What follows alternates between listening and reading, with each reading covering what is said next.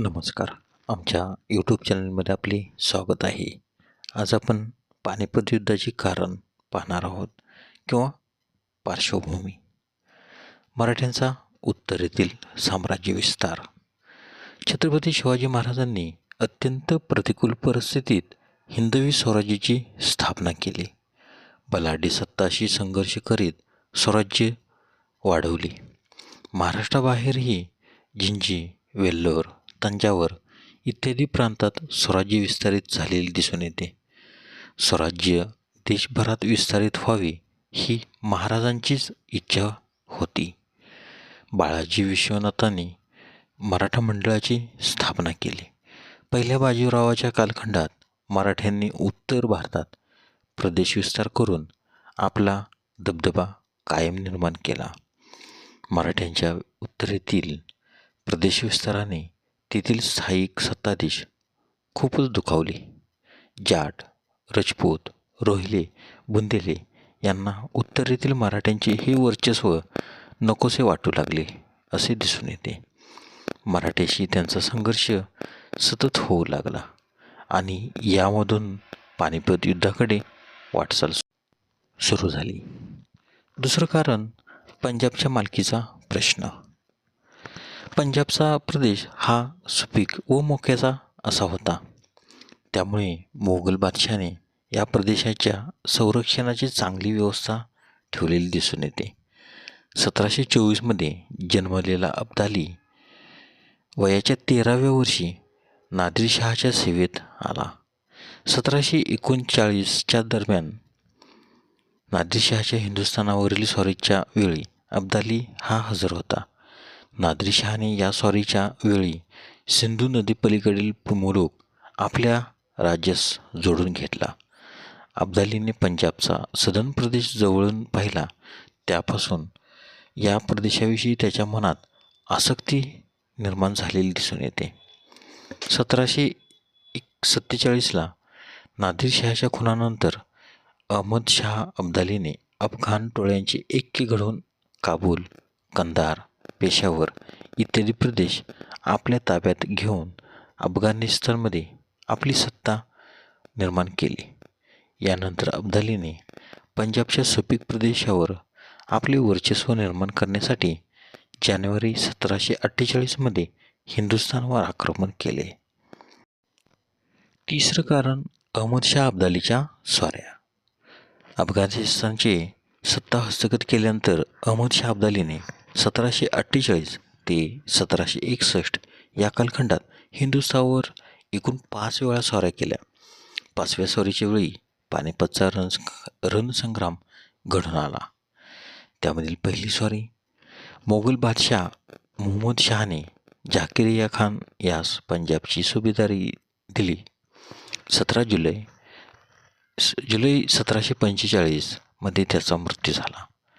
त्यानंतर त्याच्या याह्या खान व शहानबाज खान या 2 मुलांमध्ये सत्ता संघर्ष झाला. याह्या खानाने आपला सासरा वजीर कामरुद्दीन खान व मेहुणा मीर मुकन यांचे सहाय्य मिळवले. यामुळे शहाबाज खानने आदिनाबेगमार्फत अब्दालीशी संधान साधले. अब्दालीने हिंदुस्थानवर स्वारी करण्यासाठी निमित्तच हवे होते. हे निमित्त साधून जानेवारी 1748मध्ये अब्दालीने हिंदुस्थानवर स्वारी केली. 20 जानेवारी 1748 रोजी लाहोर मिळवण्यात त्याला यश मिळाले. यानंतर अब्दाली दिल्लीच्या रोखाने चालून आला. अब्दालीला रोखण्यासाठी मोगल वजीर कमरुद्दीन, सफदरजंग, मीरमुन्न व जयपूरचे ईश्वर सिंग यांच्या फौजा चालून गेल्या. सरहिंदपासून 10 मैलावर मुनपूर येथे 21 मार्च 1748 रोजी यामध्ये युद्ध होऊन अब्दालीचा पराभव झाला. त्यास मायदेशी परतावे लागले. या युद्धात मोगलांचा विजय झाला. मात्र अब्दालीच्या तोफाचा गोळा लागून वजीर कमरुद्दीन ठार झाले. अब्दालीची दुसरी स्वारी. इसवी सन 1749मध्ये अब्दालीने हिंदुस्थानावर दुसरी स्वारी केली. वजीराबादजवळ अब्दालीस रोखून धरण्याचा प्रयत्न मीरमुन्नाने केला. मात्र त्यास दिल्लीहून कोणतीही मदत मिळू शकत नसल्याने नाईलाज होऊन त्याने अब्दालीबरोबर तह केला व युद्ध थांबवले. दोघात झालेल्या तहानुसार मीरमुन्नाने अब्दालीला रोख 10,000 रुपये नजराना देऊन तसेच पंजाबच्या उत्तरेकडील 4 जिल्ह्यांचे वार्षिक उत्पन्न देण्याचे कबूल केले. अशा प्रकारे पंजाब प्रांतावर अब्दाली वर्चस्व निर्माण करून अहमदशाह अब्दाली मायदेशी निघून गेला. अब्दालीची तिसरी स्वारी. इसवी सन 1751च्या दरम्यान अब्दालीने हिंदुस्थानवर तिसरी स्वारी केली. मराठ्यांची मदत घेतल्याशिवाय अब्दालीचा पाडाव करता येणार नाही हे ओळखून सफदरजंगाने 1752मध्ये मराठ्याशी करार केला व यानंतर सफदरजंग व मराठे दिल्लीला येऊन धडकले. परंतु तत्पूर्वीच मोगल बादशाने आपला प्रतिनिधी अब्दालीकडे पाठवून त्याच्याशी तह केला व या तहानुसार संपूर्ण पंजाब प्रांत अब्दालीस देऊन मान्य केले. यामुळे सफदरजंग व मराठे दोघांचीही निराशा झाली. अब्दालीस हाकलून लावण्याची एक नामी संधी मराठ्यांना गमवावी लागली. पुढचा मुद्दा, रघुनाथरावांची उत्तरेकडील पहिली स्वारी. उत्तरेतील राजकारणाची गुंतागुंत सोडविण्यासाठी नानासाहेब पेशव्यांनी आपला भाऊ रघुनाथरावांची नियुक्ती केली. रघुनाथरावाने सप्टेंबर 1753मध्ये नर्मदा ओलांडली व राजपुताकडून खंडणी वसूल करीत दिल्लीच्या दिशेने मार्गक्रमण केले. दरम्यानच्या काळात बादशाह व मीरबक्ष गाजीउद्दीन यांच्यात वितुष्ट आले. बादशहाने रघुनाथरावास मदतीसाठी बोलवले. बादशाहीविरुद्ध असणाऱ्या वजीराला सरोजमल जाटाने मदत केल्याने त्याचा कायमचा बंदोबस्त करण्याची बादशाह व गाजीउद्दीन याची मराठ्यांची मदत घेतली व मराठ्यांना आग्रा अजमेरची सुभेदारी देऊ केली. पुढचा मुद्दा, कुंभेरीचा लढा. रघुनाथरावाने सरोजमल जाटाकडे 1 कोटी रुपयाची मागणी केली. सरोजमलने 40 लाख रुपये देऊ केले, पण अदूरदर्शी रघुनाथरावाने त्याचा स्वीकार न करता जाटाशी लढण्याची तयारी सुरू केली. सरोजमलने कुंभेरी किल्ल्याचा आश्रय घेतला. मराठ्यांनी या किल्ल्यास वेढा दिला व किल्ल्यावर तोफांचा मारा सुरू केला. जाट मराठे संघर्षाने उग्र स्वरूप धारण केले. आता आपली धडगत नाही हे ओळखून जाटाने जयप्पा शिंदेच्या मध्यस्थीने 18 मे 1754 रोजी तह घडवून आणला. जाटाने मराठ्यांना 30 लाख रुपये दिले. पुढचा मुद्दा, दिल्लीमधील क्रांती व मराठ्यांचे राजकारण. बादशाह अहमदशाह व गाजीउद्दीन यांच्यात वितुष्ट निर्माण होऊन लष्करी हालचाली सुरू झाल्या. मल्हारराव होळकर व गाजीउद्दीनचे चांगलेच जमले होते. गाजीउद्दीनने बादशाहच्या राजवाड्यास वेढा दिला. यातून आपला बचाव करण्यासाठी बादशाह व वजीर निसटले व सिकंदराबादला छावणी करून राहिले. मल्हारराव आपल्यावर चालून येत असल्याचे बादशाह समजले. त्याने आपल्या जनानखान्यासह खजिना बरोबर घेऊन दिल्लीला पलायन केले. मात्र मल्हाररावाच्या फौजेने दिनांक 25 मे 1754 रोजी छावणीवर व जनानखान्यावर छापा घालून लूट केली. या घटनेमुळे उत्तर हिंदुस्थानात मराठ्यांचे नाचक्की झाले. बादशाह व वजीर जीव मुठीत घेऊन दिल्लीत पोहोचले. पुन्हा बादशाह व गाजीउद्दीन यांच्यातील संघर्ष उफाळून आला. यातून मार्ग काढण्यासाठी बादशाहने गाजीउद्दीनला शरण जाऊन त्यास वजिरी देऊ केली. वजीरपदाची प्राप्ती होताच गाजीउद्दीनने बादशाह अहमदशाह यास पदच्युत केले व बादशाहचा नातू आलमगीर दुसरा यास पदावर बसवले. तर अहमदशाह व उधमबाई यांचे हाल करून त्यांना ठार मारण्यात आले. गाजीउद्दीनने 10 लाख रुपयाची खंडणी राघोबास दिली व उर्वरित पैशासाठी अंतर्वेदीचा प्रदेश तारण दिला. रघुनाथरावाने विठ्ठल शिवदेव कर्वे, ग्वाल्हेर व गोहद येथील जाट सत्तांचा पराभव करूनही दोन्ही ठिकाणी आपल्या ताब्यात घेतली. मात्र उत्तरेत मराठी सत्ता स्थिर करण्यासाठी रघुनाथरावाने लक्ष दिले नाही. पुढचा मुद्दा, अब्दालीची दिल्लीवरील चौथी स्वारी, म्हणजेच त्याने केलेले क्रौर्य आणि अत्याचारांचा कहर. गंगा यमुनेच्या दुआबातील सत्ताधीश नाजिब खान रोहिला यास दिल्ली दरबारात मोठे व मराठी व जाटांचे वर्चस्व अमान्य होत. मराठ्यांच्या उत्तरेतील वर्चस्वाला आळा बसावा, आपणास वजीरपदाची प्राप्ती व्हावी व अब्दालीच्या सत्तेच्या माध्यमातून दिल्लीत इस्लाम धर्माचे रक्षण व्हावे, यासाठी त्याने अफगाण सत्तेची सत्ताधीश अहमद शाह अब्दालीस भारतावर स्वारी करण्याचे आमंत्रण दिले. अब्दाली नोव्हेंबर 1756 भारतावर चौथ्यांदाच चालून आला. पंजाबचा सुभेदार आदिना बेगचा त्याने पराभव केला. जानेवारी 1757 अब्दालीने दिल्लीत प्रवेश केला व दिल्लीतील जनतेवर भयंकर स्वरूपाचे अन्याय अत्याचार केले. लोक भीतीपोटी दिल्ली सोडून पळून जाऊ लागले.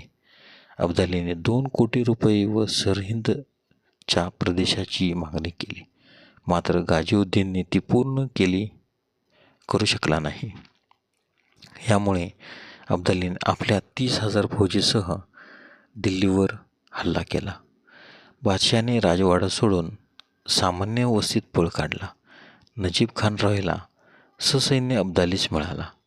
अब्दालीने 28 जानेवारी ते 20 फेब्रुवारी 1757 दिल्लीची यथेच्छ लूट केली. स्त्रियांच्यावर अन्याय अत्याचार केले. बादशाह जनानखान्यातील स्त्रिया व मुलींना यास अपवाद राहिले नाहीत. कोट्यावधी रुपयांची संपत्ती व सुंदर स्त्रियांना बरोबर घेऊन अब्दाली मायदेशी निघून गेला. जातेवेळी त्याने आलमगिरी बादशास पुन्हा दिल्लीच्या तख्तावर बसवले.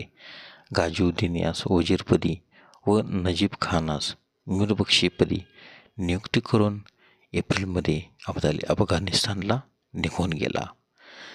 पुढचा मुद्दा, रघुनाथरावांची दुसरी स्वारी. अहमद शाह अब्दालीच्या स्वारीचे वृत्त पेशव्यांना कळताच नानांनी रघुनाथरावास प्रचंड फौजेसह उत्तरेच्या मोहिमेवर पाठवले. अब्दालीच्या अफगाण आक्रमणाचे गांभीर्य लक्षात न घेता रघुनाथरावाने 2 महिने राजपूत राजाकडून खंडण्या वसूल करत घालवले. मे 1757 रघुनाथराव मल्हाररावसह दोआबाच्या प्रदेशात आले. इटवा, शुकुदाबाद, सिकंदराबाद इत्यादी ठिकाणी त्याने पुन्हा ताब्यात घेतले. वजीर गाझीउद्दीनने रघुनाथरावास सहाय्य केले.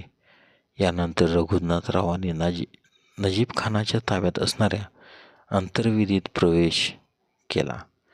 विठ्ठल शिवदेव या पराक्रमी सरदाराने दिल्ली काबीज केले व नजीब खानास कैद केले.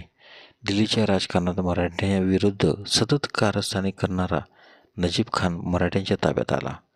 मल्हाररावाने त्यास मानसपुत्र मानून त्याची सुटका केली. हाच नजीब खान पानिपत युद्धास कारणीभूत ठरलेला दिसून येतो.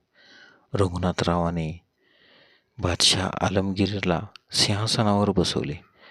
वजीरपद गाझीउद्दीनकडे दिले तर मीरबक्षी अहमद खान बंगशाकडे दिले. यानंतर रघुनाथरावाने नजीब खानाच्या ताब्यातील अंतर्वेदीला मुलूक काबीज करण्यासाठी फौज पाठवली व ऑक्टोबर 1757 पंजाबच्या मोहिमेवर कूच केले.